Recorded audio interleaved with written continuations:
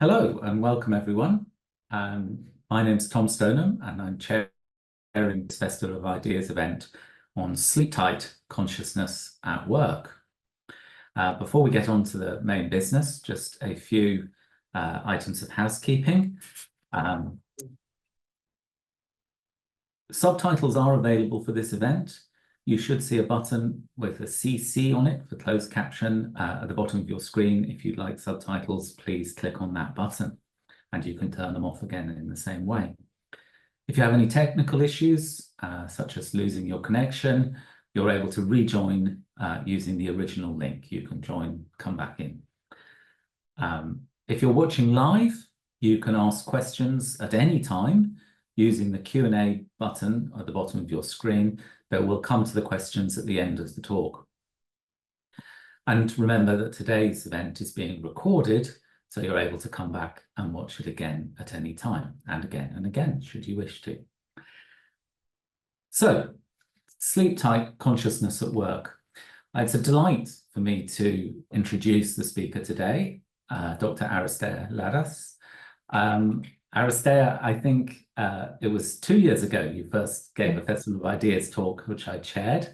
And as a result of that, we've been collaborating since and recently published a paper last year. So those of you who are regulars at Festival of Ideas may remember that excellent presentation that Aristea gave then. Thank you. Those of you who are new to this topic, let me introduce our speaker.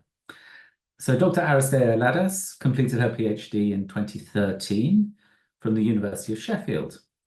Her PhD was on neuroplasticity and specifically the phenomenon of bilingualism. I can't even speak my own. And its effects on attention processes through the lifespan. She was scientific coordinator for the European Commission's Long-Lasting Memories project, investigating neuroplasticity in the aging brain. And she's been a researcher on other projects funded by the European Commission and collaborated with the University of Almeria in Spain. She's currently assistant professor at City College, University of York, Europe campus. She's a researcher at the Neuroscience Research Centre there, which in City College, as well as a research associate at the Southeast European Research Centre in the Cognitive Neuroscience Research Cluster. Aristea is a chartered psychologist of the British Psychological Society, a fellow of the Higher Education Academy, and a member of the Association for Computing Machinery student chapter. She has also worked with children with autism and learning difficulties. Her main research is the study of consciousness during sleep from a cognitive neuroscientific perspective, at the same time combining the field of philosophy to understand consciousness better. Sleep and cognitive functions is a research interest that naturally derives from this. In addition, she's interested in neuroplasticity and I'm going to have fun with this one, dopaminergic mechanisms of affect and behavior, i.e. the neurocognitive effects of bilingualism, dementia effects in attention, the neurochemistry and early diagnosis of dementia through dopamine activity, cognitive aging, neuroplasticity and drug addiction and rehabilitation, and the role of dopamine in those. Eye blink rates as a measure of dopamine function as well. Another area of research interest has been the psychological responses to the COVID-19 pandemic, particularly looking at cognitive factors of resilience to the pandemic and factors influencing conformity to the related quarantine measures. Well, that's a huge and varied range of research interests, and it's a delight to have Aristea today with us, and she's going to be talking about her current work on consciousness and sleep. So over to Aristea, and I think you're going to share your screen. Yep. Thank you, Tom. Hi, everyone. Thank you, Tom, for this detailed introduction. Well, actually, to tell you the truth, today's presentation is not based necessarily on my work, but it surely is based on my interest and my favorite topic, which is sleep and the so much phenomena that you can study through sleep. Consciousness, the chimera, as our paper as our paper is entitled, of the neurosciences, is a phenomenon that is investigated also through sleep. But today we will be discussing about dreams as well, and what's their function, why on earth do we dream, and what are dreams, and other very interesting issues. So let's begin. Truth is that we do not exactly know why do we sleep. What we do know is that we spend about 1/3 of our lives sleeping. We also know from sleep deprivation studies that sleeping is essential for our survival, as essential as food and water. Sleeping influences almost every tissue in our body and in related systems, such as the brain's physiology, cognitive functioning, metabolism, immune system, you name it. It also has a housekeeping role by removing the toxins from our brain while we are asleep. So all this is based on sleep deprivation studies, which show that by sleeping, when we say sleep deprivation, we mean sleeping less than 6 to 7 hours per day. We do not even mean not sleeping at all, which causes death, actually, in a few days, at least in experimental mice.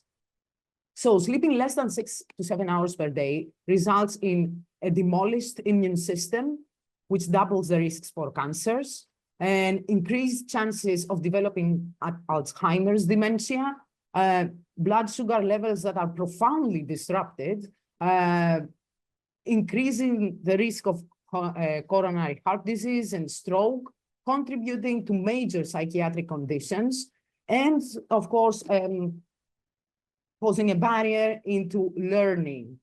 So whatever you have learned during the day is consolidated during the night while we are asleep, and so it is passed through to long-term memory. Without sleep, this strategy of the brain is inefficient. Overall, lack of sleep reduces the lifespan, so probably we sleep to rest and repair, to consolidate what we've learned so that we remember it forever, hopefully, to dream, but why should we dream? Still, we don't know. To enhance the immune system, to avoid serious detrimental effects of sleep deprivation previously described, to detoxify. However, several scientific arguments based on evidence question these sleep functions. For example, if we take it for a given that sleeping is there to rest and repair, we have, on the other hand, energy levels that are not significantly lower while we are asleep. So in essence, energy expenditure is not lower while we're sleeping, because while we're sleeping, actually the brain is awake. Although it transmits its energy in signals of different quality. Also, if sleep is essential for learning, for saving our memories for the long run, why is it present also in lower orders of animals, such as single-celled organisms, and even in many plants, which, at least as far as we know, do not need to learn something? Similar questions to dreaming. What is the function of dreams? Is there a function of dreams, or are they only byproducts of whatever we live through during the day? So all these questions bring a big question mark to the function of sleep as we know it so far.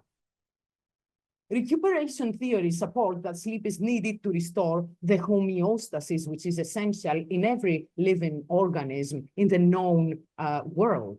So because we need a homeostatic state to survive, and wakefulness causes a deviation from that homeostasis, we then have sleep to restore that homeostasis. According to circadian theories, sleep is actually the result of an internal timing mechanism, which scientists have delineated in detail, and it has evolved actually to protect us from the dangers of being exposed to the night. Now, thinking about our ancestors, it would be very dangerous to get out from our caves during the night, because human beings do not have any special physical qualities, such as running pretty fast, or having very strong claws or muscle tone compared to other animals. Therefore, we would be the perfect victims to any kind of predator if we went out of our shelters during the night. So circadian theories assume that this is why sleep evolved, actually, and this is why we feel sleepy, most of us feel sleepy during the night. The physiological measures usually used to assess sleep are polysomnography, as it's called, involving the electroencephalogram, which reveals the brain waves, electrical waves that change during sleeping and compared to a wakeful state.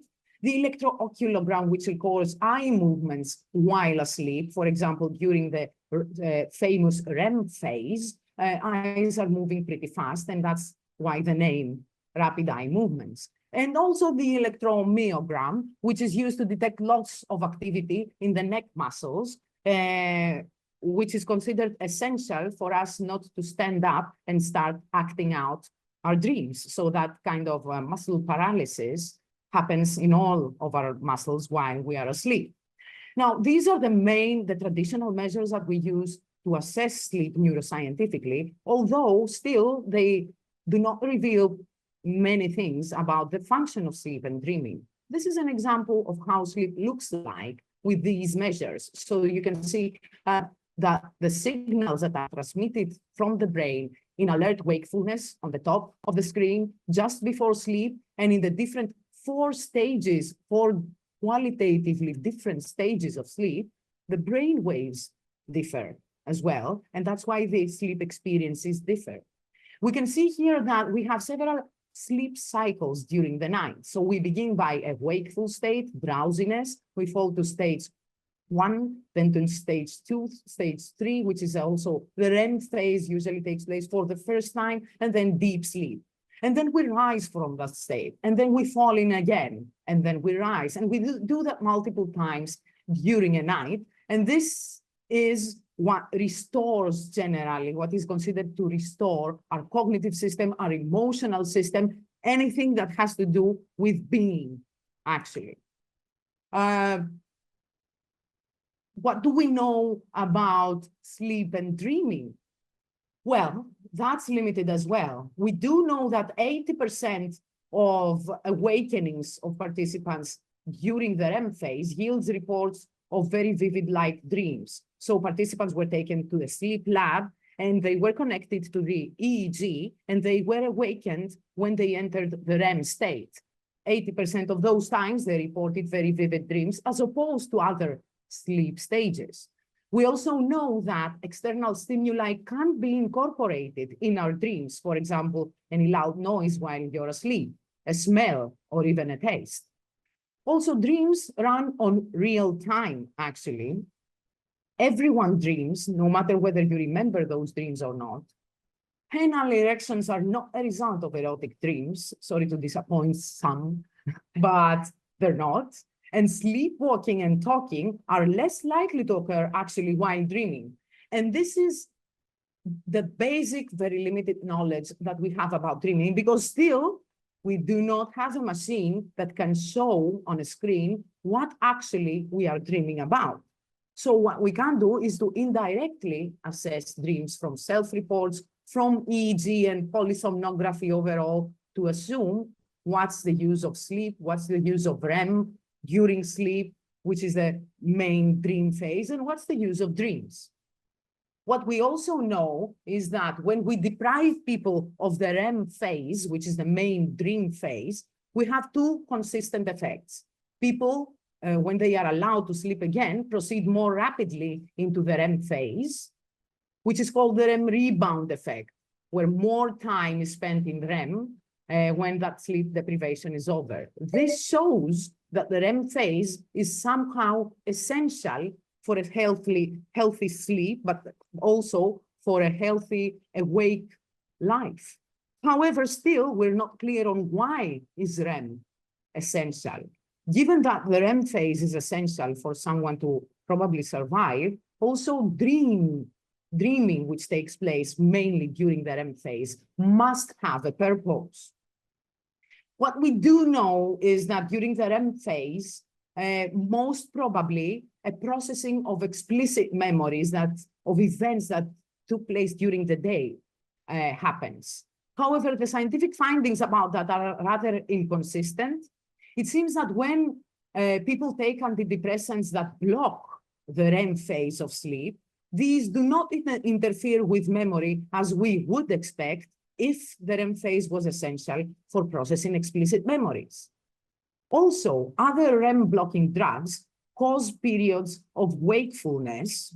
And what we also know is that if you are under sleep medication, which usually deprives you of the REM phase specifically of sleep, you wake up tired.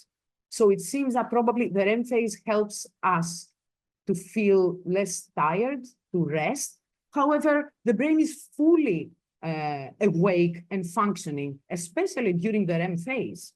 So again, we don't have an answer as to the function of sleeping and dreaming from those series of studies. Maybe dreams are not just the result of the REM phase, of brain activation during the REM phase, though. As the Nobel Prize winner Auguste Kekulé put it, let us learn to dream, and then perhaps we shall learn the truth. And that was derived from his personal experience, because he actually saw the chemical structure of benzene that he was given the Nobel Prize about in his dream. So it seems that dream serves more functions than we think. We spend about 2 hours each night overall dreaming. The exact purpose is unknown, but we do know that dreaming helps in emotional processing and in regulating our emotions the next day. Events from the day often invade our thoughts during sleep, and people suffering from stress and anxiety seem to experience more nightmares, because it seems that awake experiences of stress and anxiety invade their dreams as well. Dreams can be experienced in all stages of sleep, but especially during the REM phase. And some people dream in color, whereas other people seem to dream in black and white, although they do not suffer from color blindness, which is, again, peculiar and does not provide a direct answer as to the function of dreams still. The Freudian theory about dreams supports that dreams are the royal route to the unconscious. Freud did not believe that dreams are necessary in the sleeping process, but they are rather the byproduct of the unconscious mind that is activated while you are dreaming. And actually, dreaming serves as the guardian of sleep.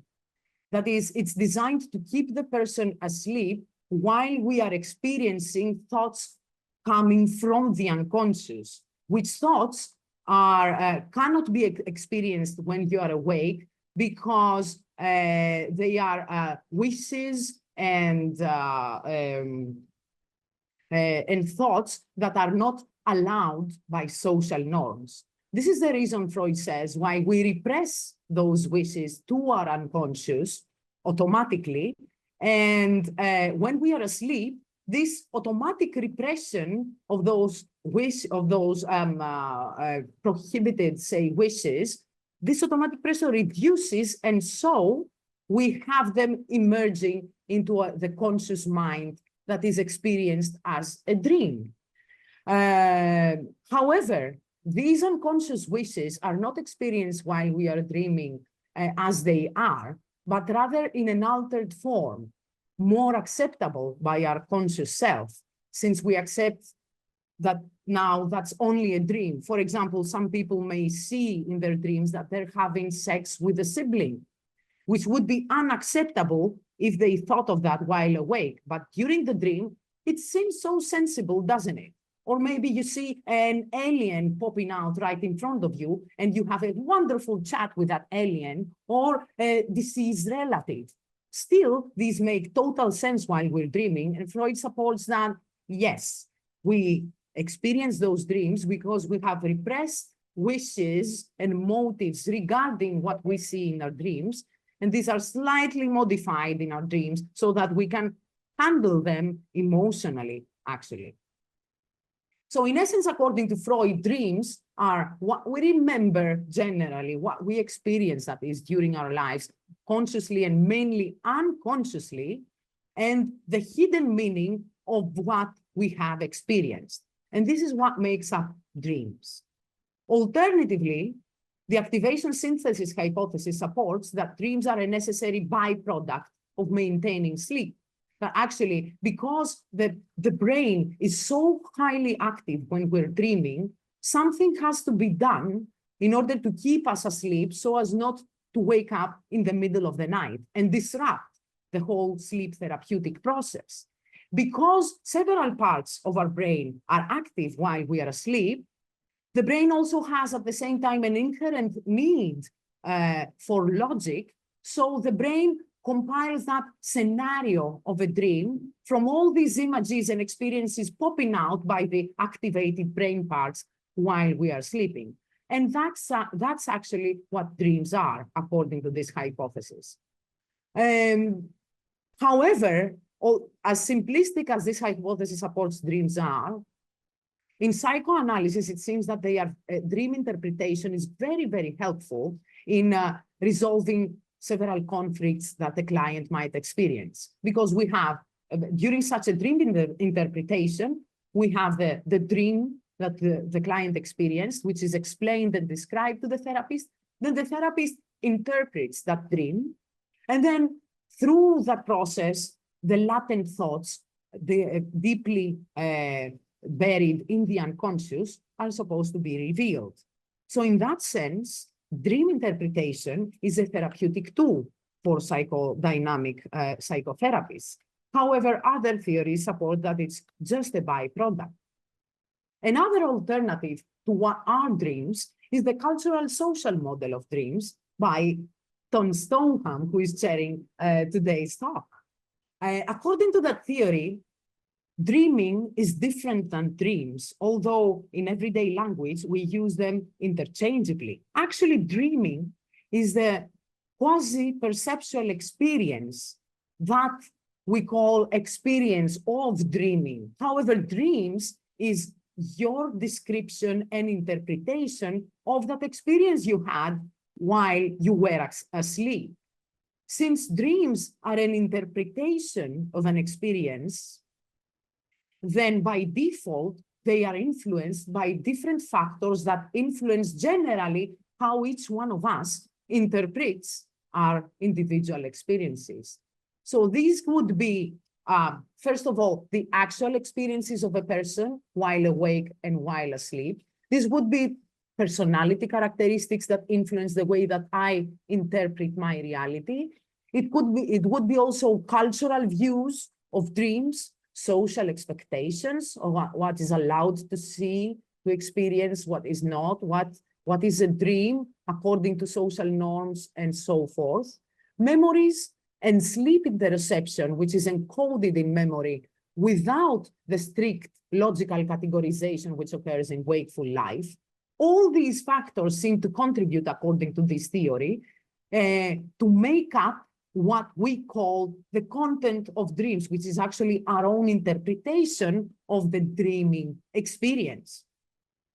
Now, since dreaming differs from dreams, and actually dreams are our own interpretation of the dreaming process, which is influenced by so many factors, it makes sense to assume that by decomposing the factors that contributed to dreams, we can actually change our dreams.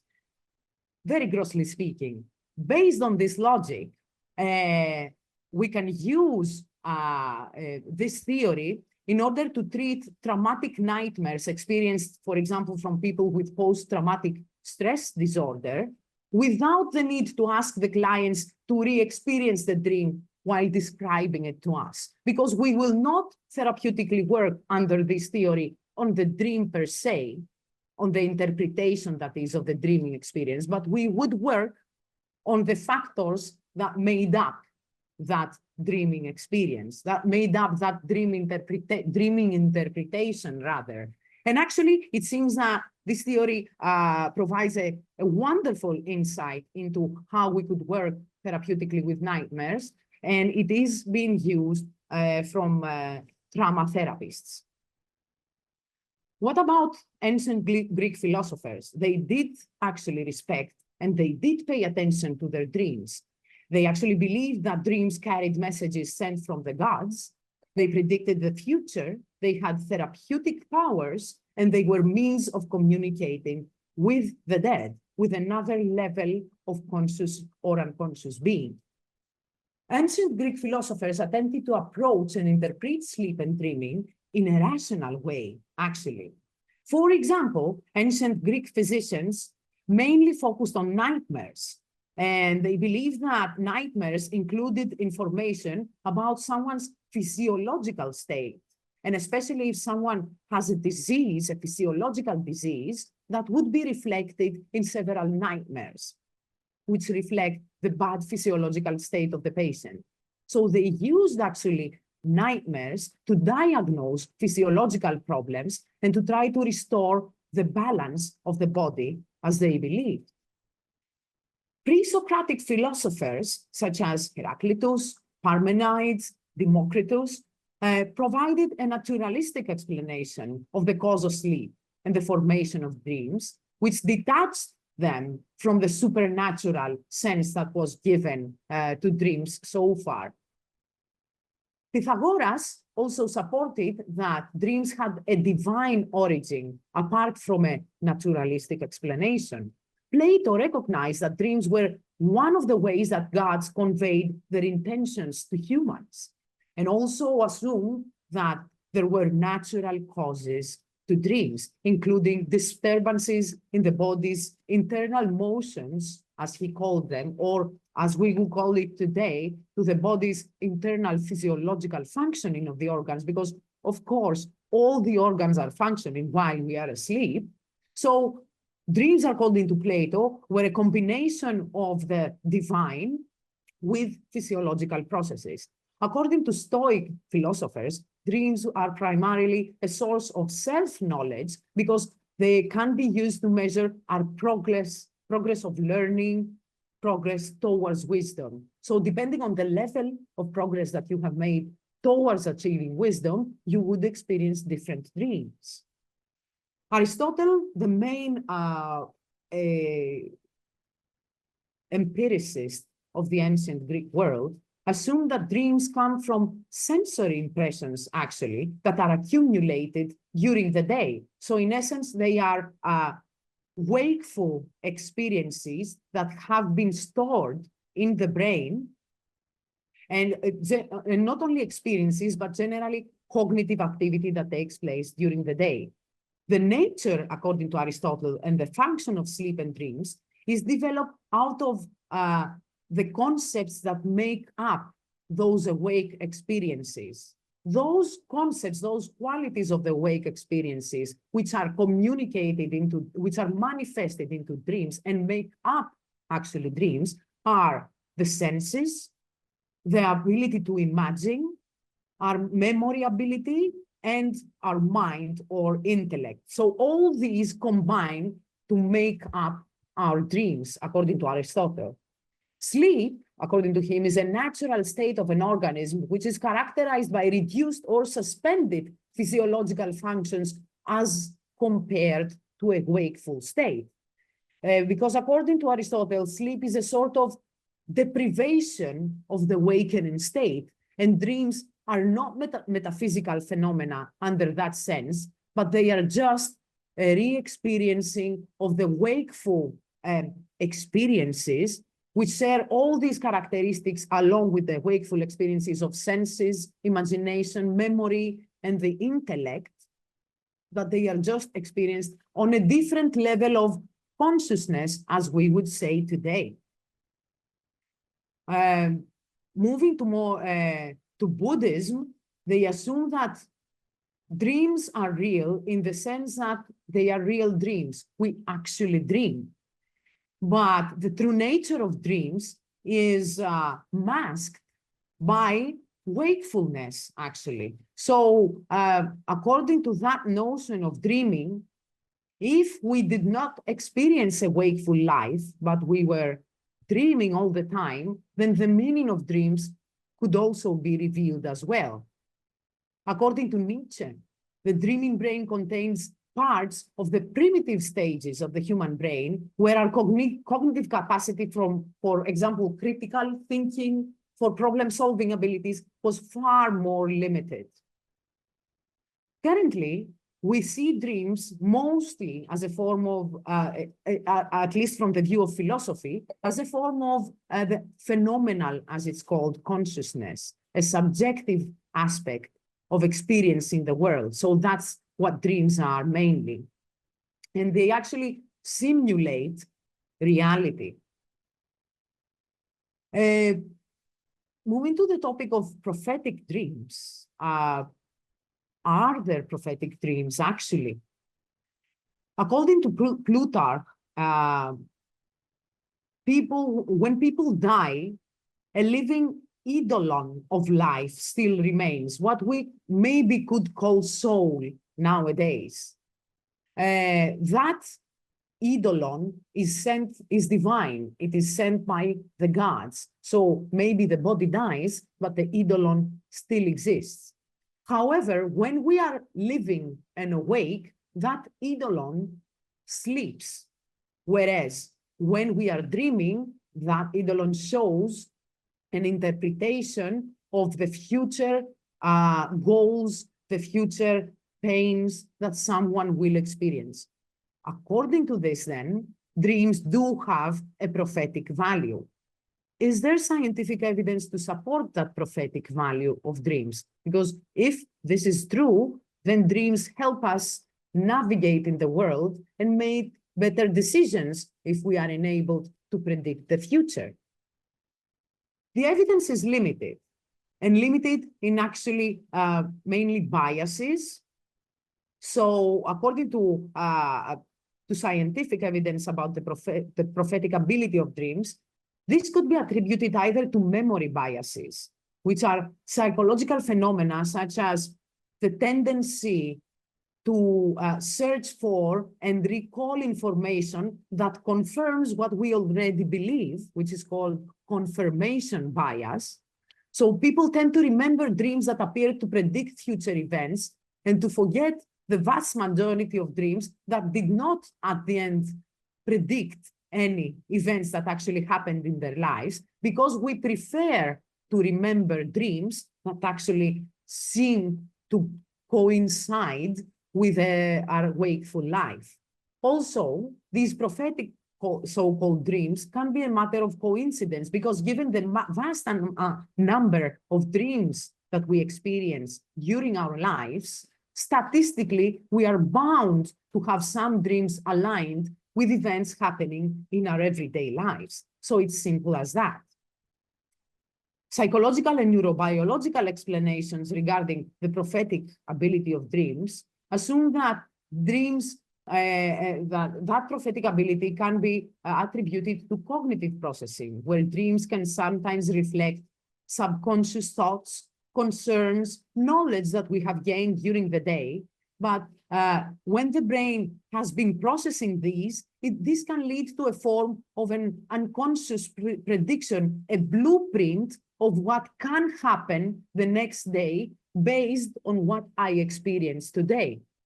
Also, let us not forget that the brain is a pattern recognition machine designed to recognize patterns during our wakeful experiences so that we can predict what happens in the near future, which aids survival. This pattern recognition and prediction of the future can manifest as prophetic dreams that seem to anticipate future events, but actually these are predictions that we have made during the day, but we were not consciously aware of them. Some notable points are, first of all, Carl Jung's theory about dreaming, who assumes that dreams might tap into the collective unconscious, potentially offering some insights that seem to be prophetic, but actually this is knowledge and experience gathered in the unconscious. And if we take it for granted that the unconscious does guide our behavior, then we have dreams to reveal the unconscious, which is the guide of the behavior. Then it makes sense to assume that some dreams can be prophetic because they reveal what we have as a guide that we will do for the next day. Also, people often reinterpret dreams, similar to Tom's theory about dream and dreaming, to fit events after they occur. So dreams might also be just a reinterpretation of what has happened for some people. In that sense, these dreams, that reinterpretation of dreams will seem prophetic, whereas it's retrospective, actually. According to the statement of Jung that dreaming is a phylogenetically older mode of thought, we can assume that dreaming might also be a state of proto-consciousness, of different consciousness than the waking consciousness that we are all aware of, that sense of being aware of everything. According to Hobson and the theory of proto-consciousness, we have primary consciousness, which is made up of awareness, perception and emotion, and secondary consciousness, which is dependent on language and higher order cognitive abilities. When we're awake, both primary and secondary consciousness are actively there. When we are asleep in the non-REM phase, so with very few dreams, that awareness is largely diminished, whereas when we are in the REM state, actively dreaming, perceptions and emotions of primary consciousness and not secondary consciousness takes place. So proto-consciousness theory assumes that dreaming is a form of basic ancient-like consciousness, and it differs from awake consciousness. So we can see that when we are awake, we have a conscious awareness of our external world, our own body, our own self-identity. Whereas while dreaming, we're consciously aware of our dream. However, all takes the form of a uniform scenario without distinguishing who is the self, who is the other, and so forth. While we're awake, we can experience multiple conscious substates, such as daydreaming, fully alert, and so forth, whereas dreaming is characterized by single-mindedness. All these are characteristics of dreaming, the differences between dreaming and awake, make up the proto-consciousness quality of dreams, whereas awake, as we said, includes both primary and secondary consciousness. Now, according to the proto-consciousness hypothesis, the brain during the REM phase is highly activated, and that activation happens very early on upon conception of a fetus, actually. Because that happens very early on, there must be some form of proto-consciousness and not secondary consciousness evolved, because while being a fetus, higher order cognitive abilities that are involved in secondary consciousness are still not there. The brain structures are not there. Also, neurons while the brain is developing, need to be connected to each other to form networks, so for efficient cognitive and behavioral functioning. So for that to take place, we need the brain to get activated in a form of simple consciousness, which could be called also proto-consciousness. Therefore, REM dreaming can be considered a state of basic proto-consciousness with qualitative differences from secondary consciousness. Now, I can see that we are running out of time, so I will proceed a little bit faster. A hybrid state between that proto-consciousness experience of dreaming and a wakeful proto-consciousness plus secondary consciousness state can be considered lucid dreaming, which is intermediate between awake and dreaming state. It seems that while we are lucidly dreaming, both primary and secondary consciousness are active during our dreams, although we are still not awake. So it can be considered as a hybrid state of the brain, and lucid dreamers have been investigated a lot to reveal the secrets of consciousness. Areas of secondary consciousness involving higher order cognitive abilities seem to be active during lucid dreaming. And actually, the frequencies that are transmitted from the brain in lucid dreaming, which are mainly gamma frequencies, are the ones that are above that of frequencies of the neuronal firing, which means, in simple words, that gamma frequency cannot be produced from simple neuronal firing because it is above that frequency. So what's the source of that gamma frequency during lucid dreaming still is rather unclear and a wonderful mystery, to my opinion. Towards the elucidation of consciousness, proto-consciousness, secondary consciousness, apart from using the wakeful state as opposed to the sleeping state and the different stages in the sleeping stage, and also included lucid dreaming, we also involve psychedelics. Psychedelic drugs have been used to study consciousness for many years now by altering the normal functioning of the brain and probably providing insights into the underlying functioning of perception, thought, self-awareness. During different conscious states that are experienced from the influence of psychedelic drugs, cognitive and behavioral capacities vary a lot as opposed to not under the influence of psychedelic drugs. That's why psychedelic drugs are also nowadays widely used to investigate consciousness. Now, the psychedelic state qualifies as probably a higher state of consciousness or a different state of consciousness relative to the state of normal awakening consciousness. With the psychedelic substances used, we can indeed see that certain aspects of consciousness are improved in people under the influence of psychedelics and enhanced. However, many of the functional capacities of the brain are also seriously compromised. That's why we cannot assume that the psychedelic state is just a state of higher consciousness, higher than even secondary consciousness. Yet we do know that it's different from primary and secondary consciousness. The study of psychedelics seems to be very important in contributing to revealing the neural basis of consciousness if we screen a person's brain while under the influence of psychedelics, for example. This line of research can also theoretically advance the field by posing basic questions to the most mainstream theories of the neural basis of consciousness, such as the global network hypothesis and the information integration theory. Important questions that actually set a very big question mark as to the very validity of some of these theories as described in this review. So it seems that the use of psychedelics is very important also, in addition rather to sleep and lucid dreaming, in revealing consciousness. And I believe that I finished up for today.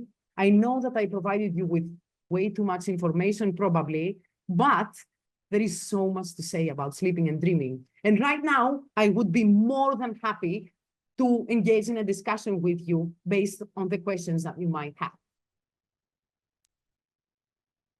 Fantastic. Thank you so much. That was really fascinating and enjoyable. Great. We've got some questions coming in. And the first questions that came in during the talk are actually kind of clustered together around some topics around sleep quality and dreaming and the neurophysiology of sleep. Mm-hmm. Mm-hmm.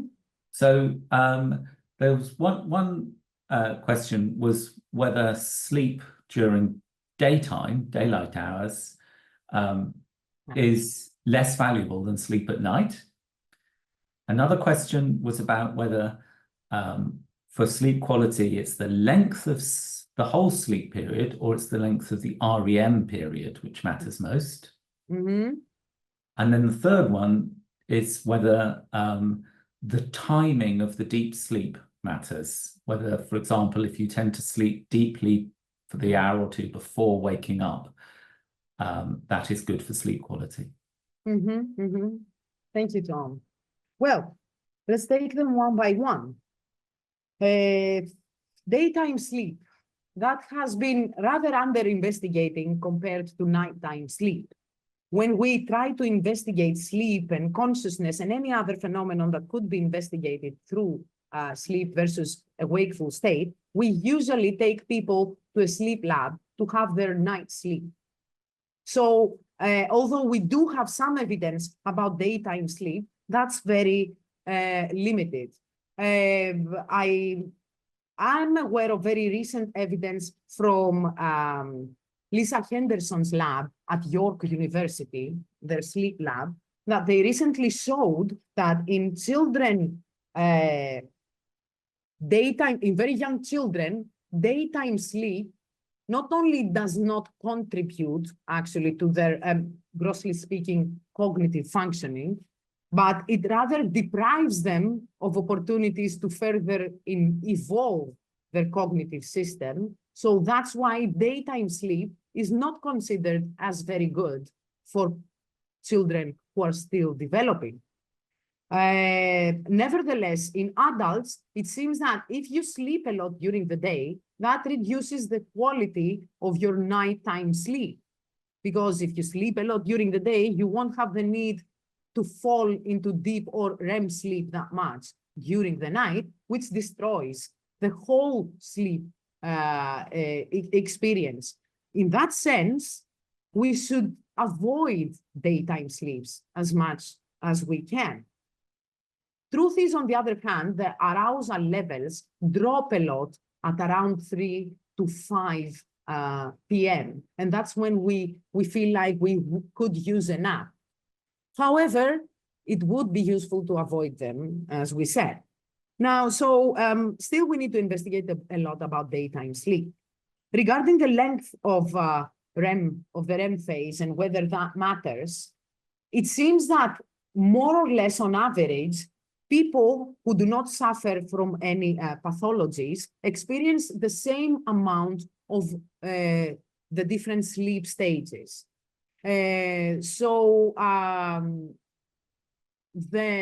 results that have been drawn from studies of sleep have shown that if you, on average, have a REM phase of like other people have, of the length that other people have, then you should be okay. There are no ways to prolong the REM phase apart from depriving yourself of REM sleep, but someone else needs to wake you up while you enter the REM phase to do that, so that to experience the next day the REM rebound effect that we described. Other than that, there is no way to prolong the REM phase still, so we cannot know whether a longer REM phase will result in improved, for example, cognitive abilities, emotional regulation, or whatever. As for the timing of deep sleep and the length, I guess, of deep sleep, again, similar to the length of REM sleep, it seems generally, it's not about the length of each stage of sleep, but it is rather about the overall length of sleep, of night sleep, whether you sleep about 7 to 8 hours per 24 hours, that matters. And what also matters mostly, rather, would be the quality of your sleep. So do you experience all the sleep stages while you're asleep? Or are you deprived on any stage due to either a pathology or due to a drug that you're taking? So if your sleep architecture differs from the average person, you're most probably at risk of experiencing several negative effects during your wakeful life, if that answers your question. Well, not my questions. I hope they answered the questions the audience had. I thought that was absolutely fantastic. Thank you. And I think that's the first time I've heard the phrase sleep architecture. And I think that's a really useful phrase there. That's great. So we've got a couple of questions about lucid dreaming. Yeah. So one question is about the relationship between lucid dreaming and nightmares and trauma. Refers to a recent study of the relationship between lucid dreaming therapy and PTSD, and wondered if you had any comments on that. I don't know if you're aware of that. And then the second question about lucid dreaming was more about the phenomenology of lucid dreaming. And the question is whether a person may feel like their brain is in a conscious state while their body is paralyzed. Is that a sort of lucid dreaming effect? Thank you, Dom. Well, first of all, I wish I was aware of that study about PTSD and lucid dreaming and how maybe lucid dreaming can contribute into the resolution of PTSD, probably nightmares.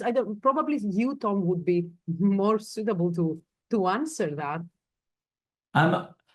As far as I remember it, the study concluded that there was no positive benefit for PTSD and or effect on the dreaming, but that the process of being taught to lucid dream reduced anxiety and depression symptoms. I think that's what the conclusion of the study was, but you and I should go and look it up and talk about it. I think so. As far as I can guess from what you described right now, I guess that because during lucid dreaming, you do have the sense of control over the scenario that you're watching, over your dream. You clearly have the sense of control, actually. Therefore, if you're experiencing a nightmare, because you have control over that, you can change it, not to result in a nightmare while lucid dreaming. In that sense, it would be useful to help people with PTSD who experience those horrendous nightmares, actually, to enter the lucid dreaming state so as to control their nightmares, to change them into not becoming nightmares after all.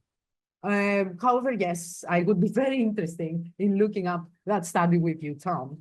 Regarding the second question about the brain and in conscious state and muscle paralysis. Well, in studies including lucid dreamers, I am not aware of anyone stating that they were clearly aware that their muscles were paralyzed, because during lucid dreaming, it's like you are very alert and awake inside your dream, if you can imagine that.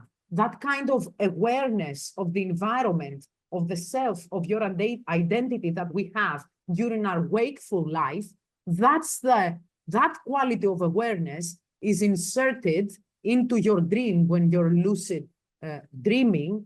Therefore, it's not that you have an awareness of you lying in bed, paralyzed from sleep and dreaming, but it's rather that you feel like you're fully awake in your dream and therefore in full control of your dreams. You choose what you will see, like you have a menu and you have your choices out of there. And I'm also talking from personal experience. Thankfully, I had that gift when I was a child of lucid dreaming sometimes, and I can tell you safely that, yes, you can choose what you dream. So, no, you're not aware of your body, which is being paralyzed. What happens, a parasomnia is considered when you wake up and you still feel paralyzed. When we say parasomnia, we mean malfunctioning of the sleep cycle, because when we wake up, when our brain wakes up, we're supposed to have stopped the muscle paralysis so as to start functioning in the waking life. If you wake up and for some seconds you still feel paralyzed, that's rather a mistake of the matrix, I could say, a mistake of your brain system just for a while, which remained paralyzed, although you should not have been. Excellent, thank you. Yes, and that phenomenon you have with that jerk, when you, in your sleep, you suddenly jerk, and people often say, I felt like I was falling. That's also to do with the release of the REM sleep paralysis. Yeah. Excellent, thank you. So I'm going to try and get 2 more questions in. We've got 5 minutes. So there's a pair of questions that came in, which I think they're not directly the same, but I think they're related enough to look at them together. So the first was about whether there are any studies being done on twins and whether there's a similarity in how twins dream. And not quite the same, but is it possible for people to share the same dream Huh? And the questioner explains it as meaning appearing in each other's dreams, as it were. Amazing. Wouldn't that be? Well, I don't know. Do they mean at the same time? So maybe you and I agree that tonight we're going to dream of each other, right? And we're going to do that and that. And then we fall asleep and we actually see that happening. Mhm. I think that's it. So you both fall asleep and you kind of appear. I think that's what the question was about. I sort Yeah. of engaging in the same dream as agents. Okay. If you are a trained lucid dreamer, because the experience of lucid dreaming can be trained actually. So if you have trained your brain for lucid dreaming, yes, you can choose to see the other person in a certain scenario that has been agreed before you fall asleep. So if both of you are lucid dreamers, yes, you can do that. Oh, fascinating. Amazing, I know. In some of my research on different cultures about dreaming, I came across there's a belief in some countries in Western Africa that one person can deliberately appear in someone else's dream. So you can say, I'm going to appear in your dream tonight, and you can insert yourself into someone's dream like that. So that's an interesting experience. We don't talk about that in Western culture. No, but it's talked about as a dream phenomenon in some West African cultures. So maybe that has also a therapeutic effect, like maybe the tribe's therapist would say that, I want to help you, that a person needs help, and they say that I'm going to enter your dream to help you out. And then the person actually dreams of the therapist entering the dream. Yeah. That contributes towards their therapy of their condition somehow. So in the studies I saw, it was not so much the therapists, just religious leaders who were doing this. Yeah. Right, we've got 2 minutes. I want to get on to the last question.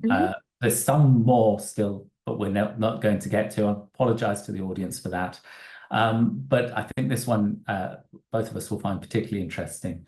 Are there studies involving autistic people as distinct from neurotypical people around sleep and dreams? Well,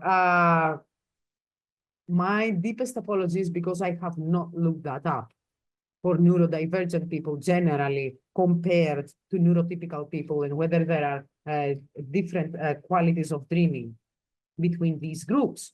Nevertheless, if we take it for a given that autism is a neurodevelopmental condition, right? So they are, as the word says, neurodivergent, which means that their brain parts communicate differently than of the average person who does not have that condition. Therefore, we could safely suggest that, yes, their dreams should differ as well, because the brain functions under, probably we could say, a different mode. However, it would be indeed very, very interesting to see how not only people in the autism spectrum, but other neurodivergent individuals dream, and how do they actually, not how they dream, how do they experience dreaming? That would be very interesting, wouldn't it? It would indeed, especially I think around ADHD, which seems to have a very different consciousness profile. Future research. Yeah, definitely. Excellent. Thank you. I see we're coming up to the last few seconds. Thank the audience for their fantastic questions. And I'd like to thank Aristea for a really interesting and stimulating talk, which was clearly greatly appreciated by everyone here, and for really engaging answers to the questions. So thank you very much. Thank you. I'm the only one on camera who can applaud you, but I will. Thank you, Tom. Thank you.